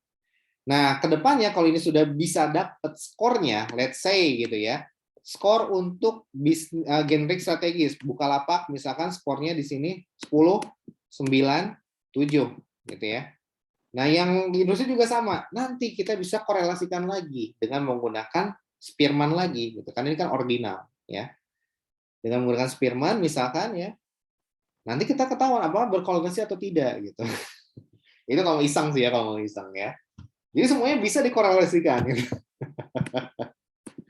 Nah, kurang lebih seperti itu ya. Jadi kedepannya refining lagi ya. Lengkapi data ekonomi dengan yang indikator yang ada, kemudian industri dengan pakai format yang ini ya. Nanti kita codingnya lagi, maksudnya mencari data dari CNBC. Misalkan ini, oh ini ada nih situsnya dari CNBC ya. Kemudian yang ini ada nih, ini situsnya dari CNBC juga. Nanti ketika diklik, klik ini, oh ada. Nah ini bacaan beberapa bacaannya ya. Dari situ tinggal kalian rangkum aja menjadi suatu laporan. Nah, kayak gitu caranya. Itu tahap analisis datanya ya. Nah, yang ini juga sama. Yang ini kan diambil dari mana? Kalau ini karena strategi diambil dari si laporan tadi ya yang di-share oleh Agung. Laporan internal perusahaan. Ya. Saya kira itu udah lengkap sih untuk melihat bisnis and strateginya. Dan juga untuk melihat, mengerti bagaimana konstruksi dari laporan keuangan. Ya. Nah, oke. Itu aja. Ada yang tanyain? Jadi, kedepannya, minggu depan, defining lagi ya. Saya pengen lihat bentuk laporannya seperti apa. Oke? Kalau bisa mungkin dibikin kotretan mungkin di Excel gitu ya. Jadi biar kelihatan nih evidence-nya kayak gimana. Misalkan ini, kemudian oh ini ada di laporan internal perusahaan, dikutip apa langsung dicopas aja si kata-katanya gitu. Jadi kelihatan. Nah, kayak gitu ya. Nah, dari situ baru nanti bisa dikembangkan menjadi suatu tulisan ya, argumen kita jadi berbasis data Excel yang kalian bikin. Oke. Ada yang tanyain sebelum saya tutup?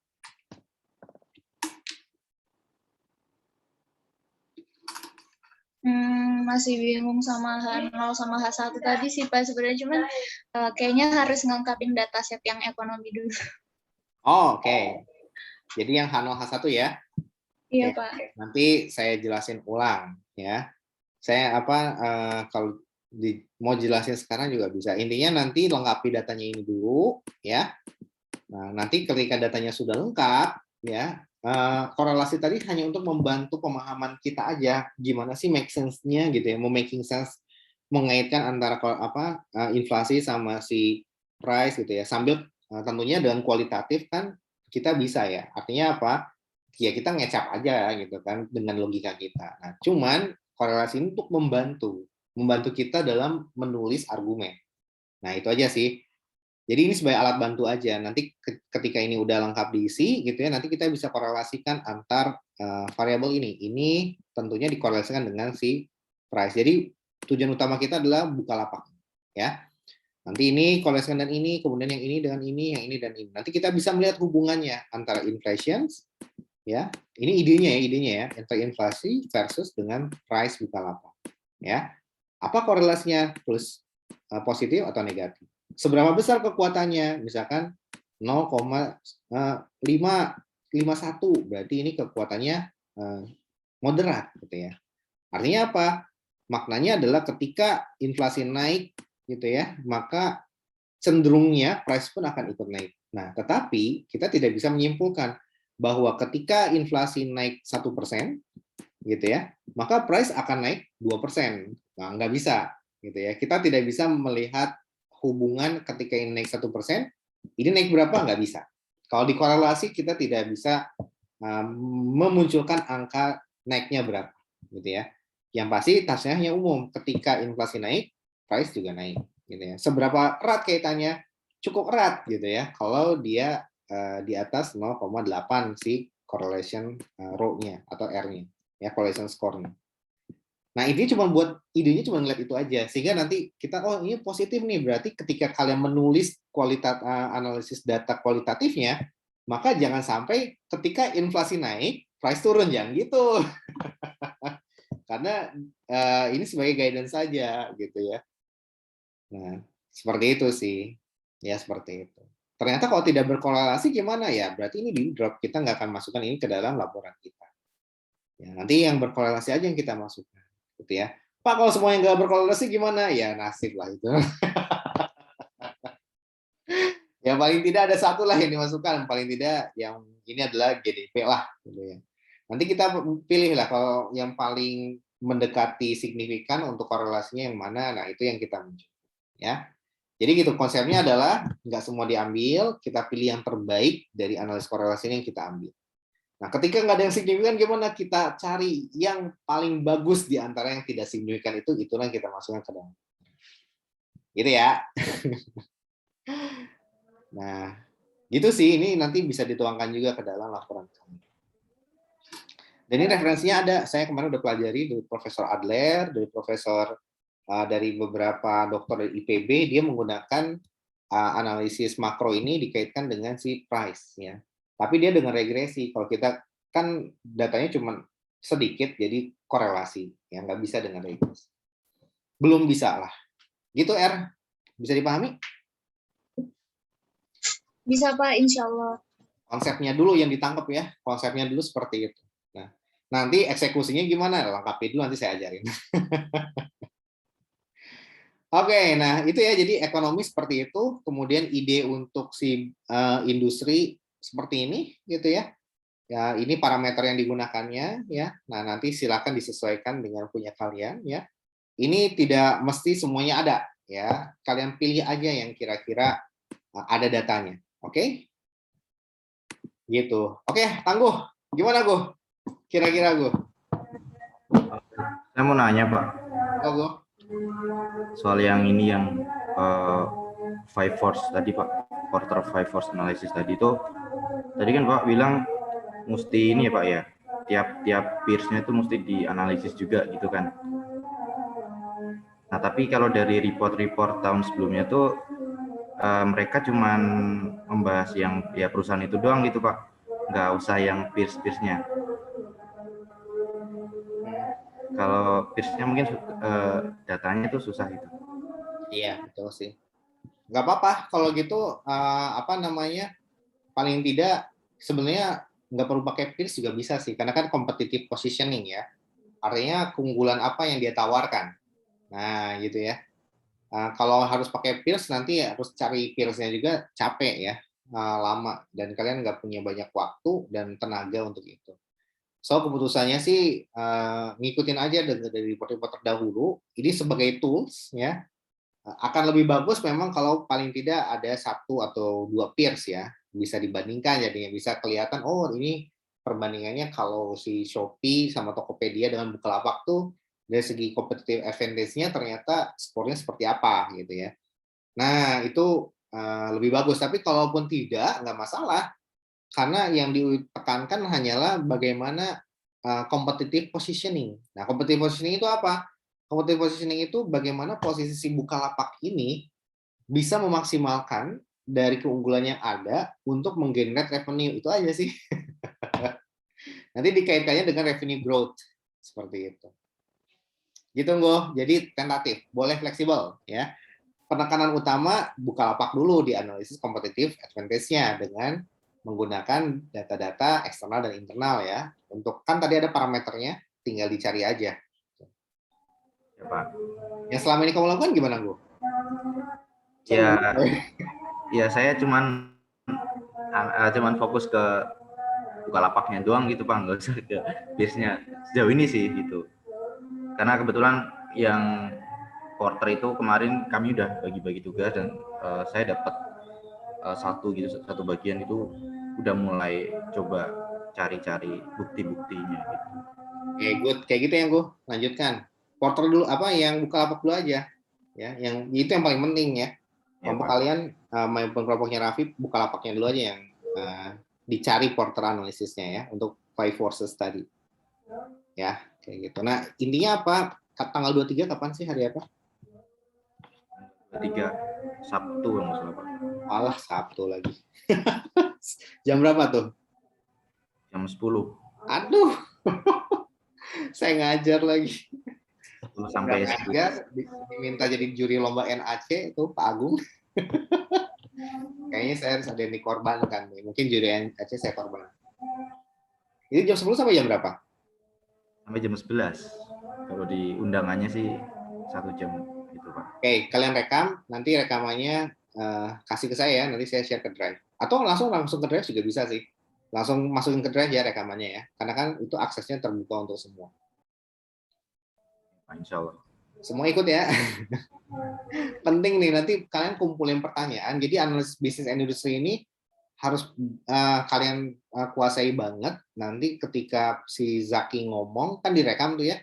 Nah, nanti kamu bisa merelatekan, oh ternyata ketemu tuh semua puzzle-nya tuh ketemu gitu. Oh ternyata kemarin belum dapet ini, oh ternyata ada tuh dijawab sama dia. Nah, gitu ya. Oke, jadi manfaatkan momentum si Zaki ini untuk apa? Untuk kita meng-create deep understanding about the business and strategy that Bukalapak use. Oke? Itu. Ada lagi? Raffi mungkin? Arsi belum kedengaran suaranya.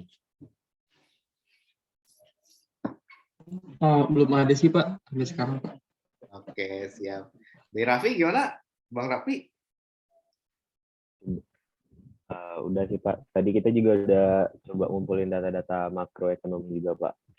Mungkin mau mastiin sih Pak, kira-kira itu emang benar-benar nggak bisa diregresin ya Pak. Soalnya kemarin tuh saya juga kepikiran mau dijadiin itu landasan buat nentuin growth sales-nya atau gitu-gitu sih Pak. Iya, sebetulnya apa yang nggak bisa diregresin, makro sama yang tadi? Iya Pak. Ya, sebetulnya pertanyaan ya. Ini Raffi nih KTT-nya regresi juga, kayak Waf aja ada regresi nih. Sebenarnya ada asumsi yang harus dipenuhi oleh regresi ya. Oke, ini pertanyaan terakhir ya sebelum kita sholat. Oke, jadi ini menarik ya untuk menjawab pertanyaan Raffi itu saya perlu whiteboard ya. Pertama gini, yang namanya regresi. Jadi tingkatan dalam mengolah suatu data, melihat hubungan ya. Hubungan itu ada yang pertama itu hubungan ya. Asosiatif. Hubungan bersifatnya asosiatif. Asosiatif ya. Asosiatif itu artinya berkaitan satu sama lain. Tapi ketika yang Y naik, yang X naik, gitu ya, yang Y naik. Nah, itu cara membacanya. Ketika X naik 1%, ya, maka Y naik berapa persen? Nah, ini nggak bisa diprediksi, ya, kalau hubungannya asosiatif. Yang kedua, hubungan yang bersifat kausalitas, ya. Nah, artinya kalau kausalitas ini berarti ketika si X naik, gitu, maka linear, kenaikannya pun Y pun akan naik, gitu ya. Nah ini kalau hubungannya positif, ini juga kalau asosiasinya ini positif, ya. Kalau negatif kebalikannya ya. Nah sekarang kalau dia kausalitas, maka ketika kita memprediksi X naik 1, ya bukan 1% lah ya, ini naik 1 ya, bukan 1% ya. X naik 1, maka Y bisa kita prediksi naiknya menjadi 2 misalkan. Nah dengan kausalitas ini bisa diprediksi demikian. Artinya ini namanya modeling, ya. Ini namanya statistical modeling, ya. Hanya saja nanti kalau mathematical modeling maka tidak ada error. Kalau statistical modeling maka ada error. Persamaannya kalau matematika itu Y sama dengan X1 ditambah konstanta misalkan 1. Ya. Sehingga apa? Kalau X-nya naik 1 ditambah 1 sama dengan Y-nya 2. Gitu kan ya. Nah, ini namanya mathematical modeling. Ya. Nah, beda kalau kausalitas ini lebih ke arah statistical modeling. Ya. Statistical modeling itu lebih seperti ini. Y sama dengan ya konstanta ditambah dengan X1, X ya, ditambah dengan error. Ya, ada errornya. Nah, di matematikal tidak ada errornya, gitu ya. Nah, artinya apa? Artinya ketika konstantanya 1, ya, X-nya naik bernilai 1, maka Y-nya belum tentu 2. Gitu. Belum tentu 2. Kenapa? Karena ini kan kalau dijumlahkan sama dengan 2, gitu ya. Ada tambahan satunya lagi, error terms-nya. Nah, errornya gede atau kecil, gitu ya. Kalau errornya besar, itu misalkan errornya adalah 0,5, gitu ya, minus 0,5, ya. Maka nanti ini itu nggak akan sampai 2 nilainya, tetapi paling tidak 1,5, gitu ya. Y-nya 1,5, tidak lagi 2. Nah, itulah yang dinamakan statistical modeling. Nah, pertama untuk yang hubungan asosiatif ini, yang pertama ini dilakukan dengan namanya korelasi. Ya. Yang kedua, ini untuk yang melihat kausalitas itu dinamakan dengan regresi linier berganda. Ya. Regresi linier berganda. Nah, pertanyaannya tadi, apakah tidak bisa Pak dengan menggunakan regresi linier berganda? Masalahnya di sini ada tingkatannya, ya. Yang paling mudah itu dengan korelasi dan tidak memerlukan banyak asumsi, hanya 2 asumsi saja, ya. Yang pertama asumsinya adalah numerik, ya. Yang kedua asumsinya adalah linier. Nah, linier ini bukan berarti hubungan antara Y dan X itu linier, ya. Kayak gitu. Nah, untuk mengetahui seperti ini diperlukan rumus regresi namanya. Tapi linier di sini artinya adalah yang dimaksud dengan linier ini bukan X dan Y, tapi hubungan si errornya. Distribusi dari errornya itu linier atau tidak. Gitu ya. Nah, distribusi errornya harus linier itu harus di sini nih, harus berada di garis ini. Nah, inilah garis yang disebut dengan garis linier. Bukan eksponensial. Kalau eksponensial kayak gini, gitu ya. Nah, artinya apa? Kalau distribusi errornya itu linier, artinya apa? Errornya itu bisa diprediksi. Nah, artinya ketika kita memasukkan ke rumus regresi, maka errornya itu udah fix nilainya, gitu ya. Sehingga Y-nya pun fix, gitu. Nah, dalam statistik seperti itu. Nah, kalau dia eksponensial, maka tidak bisa menggunakan regresi linier, tapi menggunakan regresi eksponensial. Nanti rumusnya berbeda. Y sama dengan alfa ditambah dengan M kali X. Nah, jadi ini nanti bisa kuadratik atau bisa ya tergantung nanti. Nah, memprediksinya nanti tidak seperti linier. Memprediksinya berarti nanti ini dinamis, mengikuti dari si ini. Jadi kita melihatnya lebih ke arah smoothing gitu ya. Ya lebih ke arah ini nanti kita X ini Y karena dia mau probability-nya linear, si error-nya linear gitu ya. Maka kita bisa memprediksi ketika X-nya 1, Y-nya berapa nilainya? Bisa 1,5 gitu ya. Bisa 2, nah tergantung error-nya gitu maksudnya. Kalau error-nya linear terdistribusi normal gitu ya. Maka ya udah pasti jawabannya itu nggak akan jauh dari 1,5 atau 2. Gitu maksudnya ya. Tergantung dari rumus. Nah, kalau dia eksponensial seperti ini, maka kita tidak akan pernah bisa memprediksi Y. Ya. Kenapa tidak akan pernah bisa jadi X-nya di sini, Y-nya di sini? Nah, kalau ini kan udah pasti, ini udah tepat gitu ya. Tepat, ketika 1 pasti 1,5. Nah, kalau dia ternyata X-nya di sini 1 gitu ya, maka bisa jadi nanti Y-nya di atas. Gitu ya, atau di atas ini ya. Bisa jadi nanti di sini. Nah, inilah yang dinamakan regresi eksponensial. Rumusnya berbeda. Kayak gini. Kalau ini rumusnya Y sama dengan ya alfa atau beta sama aja lah ya. Kali X ditambah error. Nah, oleh karena itu asumsi linearitas yang harus dipenuhi. Nah, sekarang bagaimana caranya kita menggunakan regresi ini, ada asumsi yang digunakan. Nah, asumsi yang digunakannya itu namanya asumsi klasik, ya. Agar apa? Agar datanya itu blue based linear, ya, unbiased estimator, ya. Nah, bagaimana agar datanya bisa blue? Itu kita kembali ke teorinya, ya, teori statistik, ya, modeling, ya. Nah, bagaimana? Ada 4 deh, bukan 1, 2, 3, dan 4. Nah, ada 4 asumsi yang harus digunakan. Pertama, normalitas. Tadi, normalitas itu penting. Inilah yang menentukan apakah regresinya linear atau eksponensial. Nah, sehingga apa? Normal ini penting. Cuman normalitas ini kita uji setelah kita memasukkan errornya tadi, ya.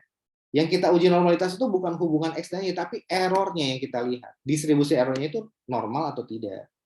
Nah, kalau distribusi errornya normal, maka kita bisa menggunakan teknik estimasi yang dinamakan OLS atau ordinary least square, ya. Sehingga apa? Yang dinamakan regresi linear itu bisa bermacam-macam teknik estimasinya, bisa OLS, bisa Bayesian, gitu ya, dan kawan-kawan lainnya, gitu ya. Nah, seperti ini. Nah, kalau kita menggunakan estimasi OLS, maka datanya harus digunakan harus normal, gitu ya, harus normal. Nah, sehingga nanti fungsinya fungsi linear berganti. Nah, normalitas ini penting, ya. Bagaimana datanya agar normal? Ada batasannya. Ada teorem central limit theorem, ya. Nah, inilah yang dimakan CLT. CLT ini mengatakan semakin banyak data, maka kita bisa mengasumsikan normalitas terpenuhi. Nah, seperti itu. Nah, maksudnya ini kalau di atas 30 dan meningkat lebih normal kalau di atas 100, ya. Nah, kita bisa menggunakan teori ini. Nah, inilah yang selama ini digunakan oleh para akademisi untuk menilai bahwa datanya minimal 30. Kenapa? Karena berbasis central limit theorem di tahun 1970-an lah, saya lupa. 60 atau 70 gitu ya. Ini mengatakan bahwa ketika datanya di atas 30, maka diasumsikan datanya normal. Gitu ya. Sehingga kalau di bawah 30, datanya tidak normal. Nah, itulah kata central limit theorem. Nah, jadi data yang kita gunakan agar Raffi bisa melakukan regresi ini, kita telan dulu ya. Ya, meskipun saya punya bantahan terhadap CLT ini. Tapi itu ntar aja ya. Nah, tadi bagaimana agar bisa menggunakan regresi ini, Pak? Minimal data observasinya harus di atas 3. Ya.